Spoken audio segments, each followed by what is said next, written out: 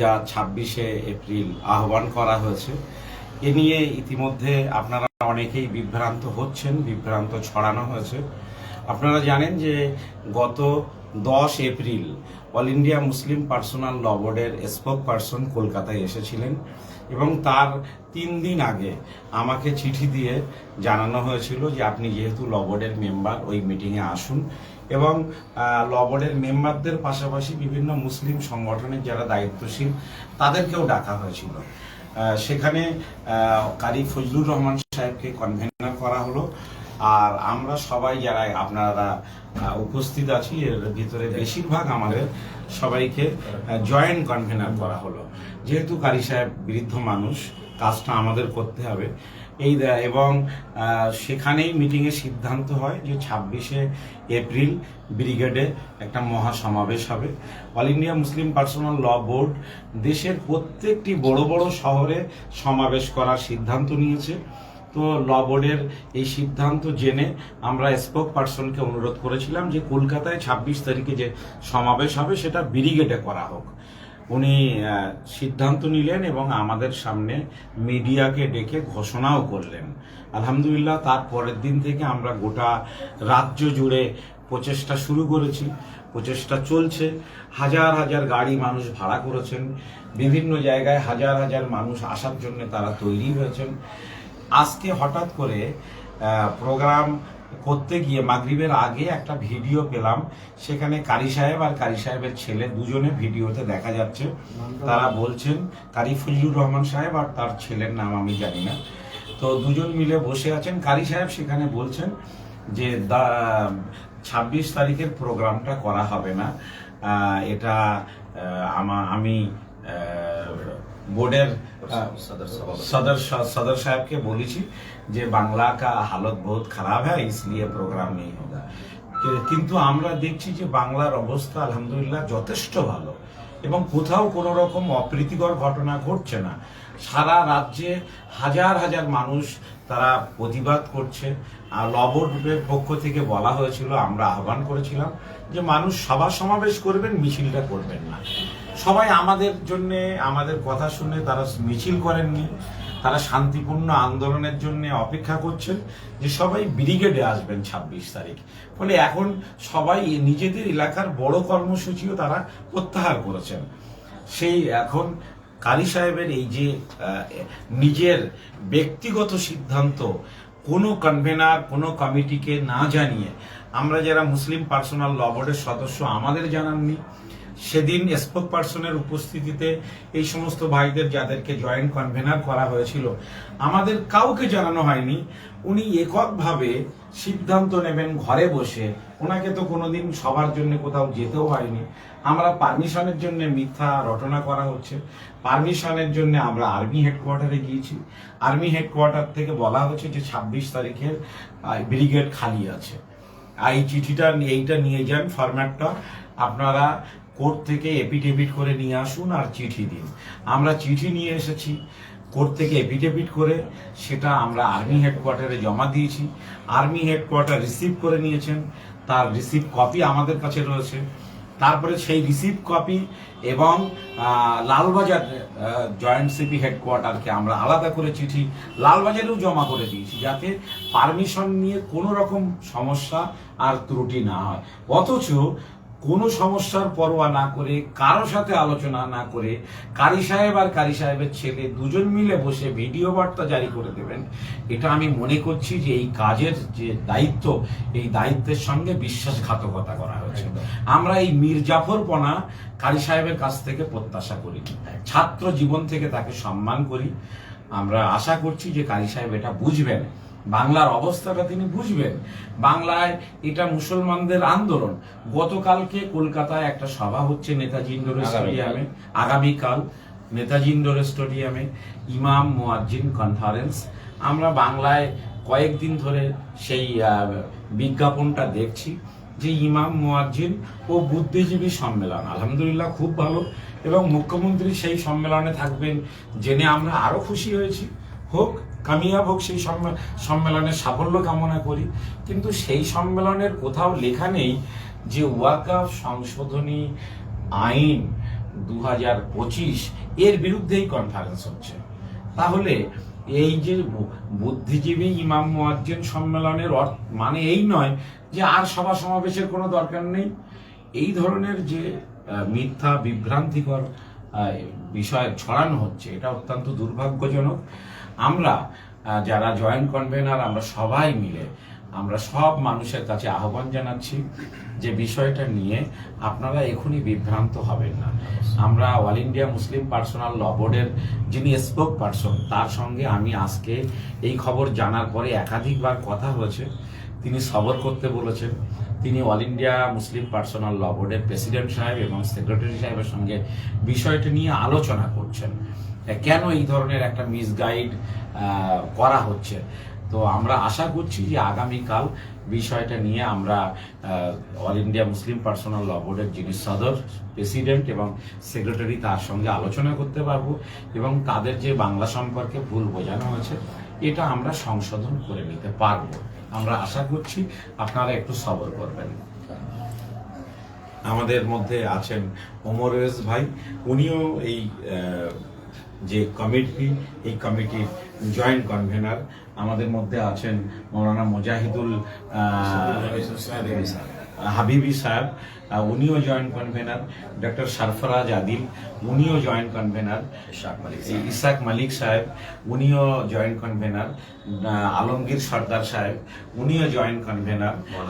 মৌলানা আশরাফ আলী কাশ্মী, উনিও joint convener. Shadab Masud নেই, সাবির আছে কনভেনার। আমাদের মাওলানা সিদ্দিকুল্লাহ সেদিনের মিটিংয়েও ছিলেন, আজকেও আছেন। আমরা সবাই বসেই সিদ্ধান্ত হলো। তো বিষয়টা নিয়ে সবাই কিছু বলবেন।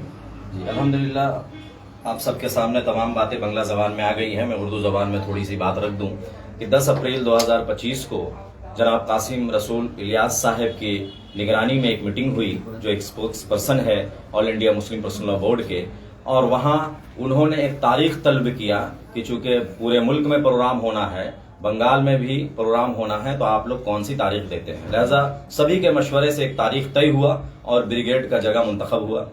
उनके जरिए ऐलान भी हुए और कारी फजल रहमान साहब को उनका ये कन्वेनर बनाया गया। और यहाँ तकरीबन हम लोग हज़रत मौलाना कबरुज़्ज़मा साहब, मुजाहिदुना हुसैन हबीबी साहब, डॉक्टर सरफराज आदिल साहब, जनाब इसाक मलिक साहब, आलमगीर सरदार साहब, मौलाना अशरफ अली कासमी साहब और शादाब मासूम साहब और भी कई लोग मौजूद थे। इन तमाम को ज्वाइंट कन्वेनर बनाया गया और इस प्रोग्राम को लेकर के जो भी बंगाल में प्रोग्राम होगा, उस प्रोग्राम को एग्जीक्यूट करने के लिए, आगे बढ़ाने के लिए जिम्मेदारियां दी गई। अचानक और कल भी, गुज़िश्ता कल यानी कल 14 तारीख को कारी साहब के यहाँ, कारी फजल रहमान साहब के दफ्तर में बैठकर बहुत सी सारी चीज़ों पे तबादला ख्याल हुआ और ये बात तय हुआ कि 16 तारीख को एक मीटिंग बुला करके और भी चीज़ को, इसको अच्छे से क्लियर करके फिर हम लोग आगे बढ़ेंगे। और प्रोग्राम होना तय है, प्रोग्राम किसी हिसाब से नहीं रुकना चाहिए। लेकिन चूंकि अचानक आज ये देख रहे हैं कि कारी फजल रहमान साहब ने एक वीडियो जारी कर दिया और वीडियो जारी करके ये कहा कि ये प्रोग्राम नहीं होना चाहिए, बंगाल के हालात खराब है।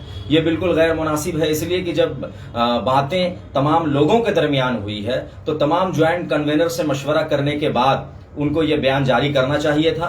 लिहाजा तमाम लोगों से, मेरी बंगाल के तमाम लोगों से, कलकत्ता के तमाम शहरियों से हमारी गुजारिश है कि अभी इन सब चीज़ों पर ध्यान ना दें।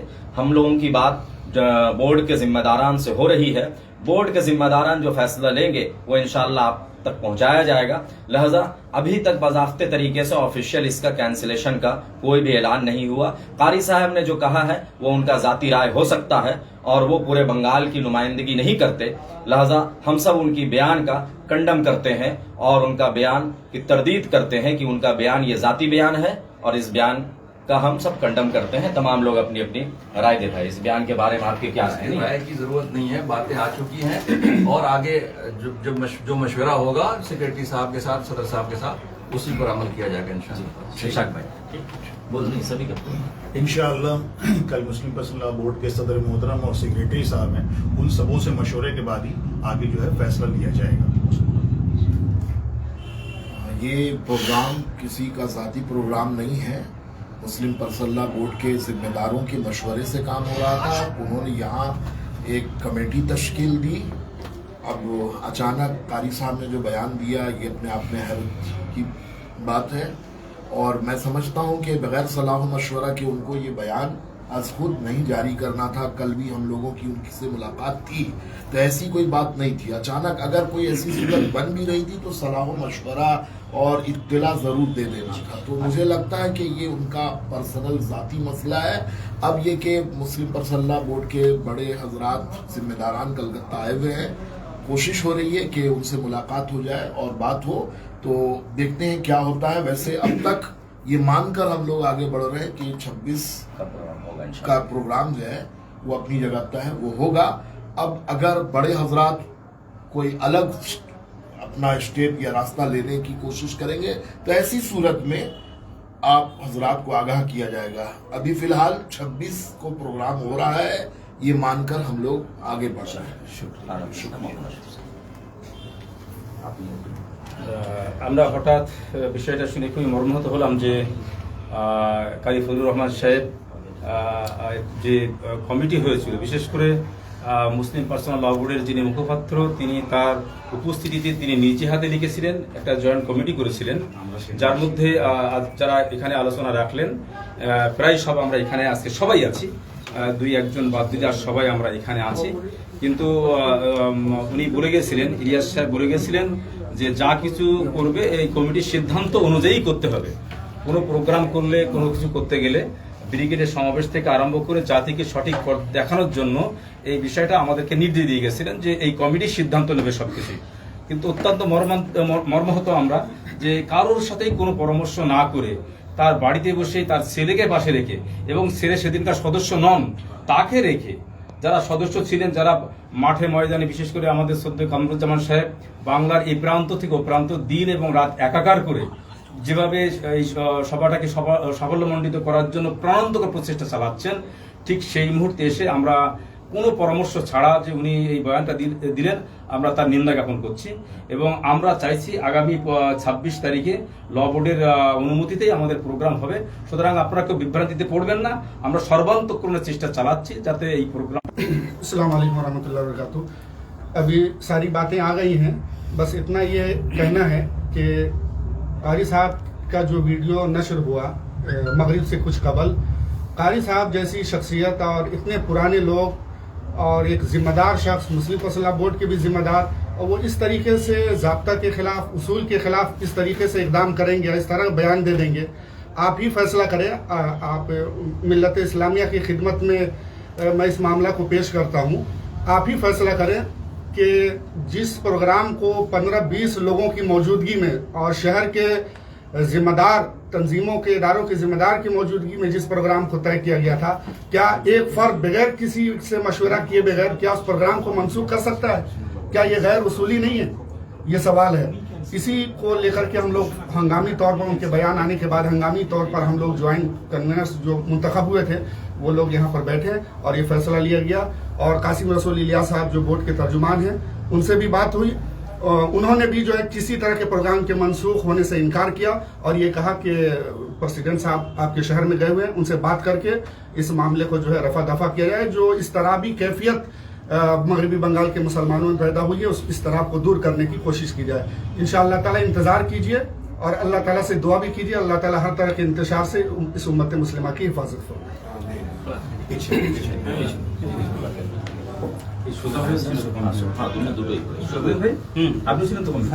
আসসালামু আলাইকুম রহমতুল্লাহি ওয়া বারাকাতুহু। এতক্ষণ পর্যন্ত আমরা সবাই শুনলাম, আসল বিষয়বস্তুটা আমাদের সামনে প্রায় খোলাসা হয়ে গেছে। তো আমার একটা ছোট্ট বক্তব্য হলো, সবথেকে বড় জিনিস যে বিষয় মাশওয়ারাতে সিদ্ধান্ত হয় সেই বিষয়টা কোনো ক্ষেত্রে ক্যান্সেল করতে গেলেও মাশওয়ারার মাধ্যমেই সিদ্ধান্ত হওয়া উচিত। আর যেহেতু মুসলিম পার্সোনাল ল বোর্ডের কেন্দ্রীয় নেতৃত্বের তত্ত্বাবধানে এই কনভেনার কমিটি গঠন করা হয়েছিল, তো যদি এই প্রোগ্রাম ক্যান্সেল করার প্রয়োজন হয় তো সেই ক্ষেত্রে যার মাধ্যমে এই কনভেনার কমিটি গঠন করেছেন এবং এই প্রোগ্রাম দিয়েছিলেন, তাহলে তিনি ক্যান্সেল করলে তার পক্ষ থেকেই ক্যান্সেল হওয়াটা উচিত ছিল।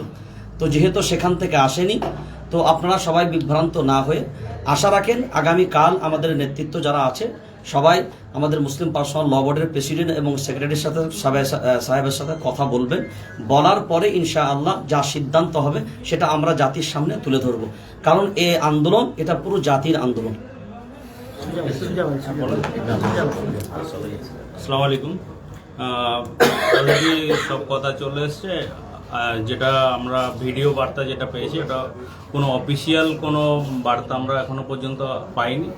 তবে আগামীকাল যেহেতু শহরে আমাদের পশ্চিমবাংলায় অল ইন্ডিয়া প্রেসিডেন্ট এবং সেক্রেটারি ওনারা আসছেন পার্সোনাল ল বোর্ডে, ওনাদের সঙ্গে মিটিং হওয়ার পরে সিদ্ধান্ত আপনাদের জানানো যাবে।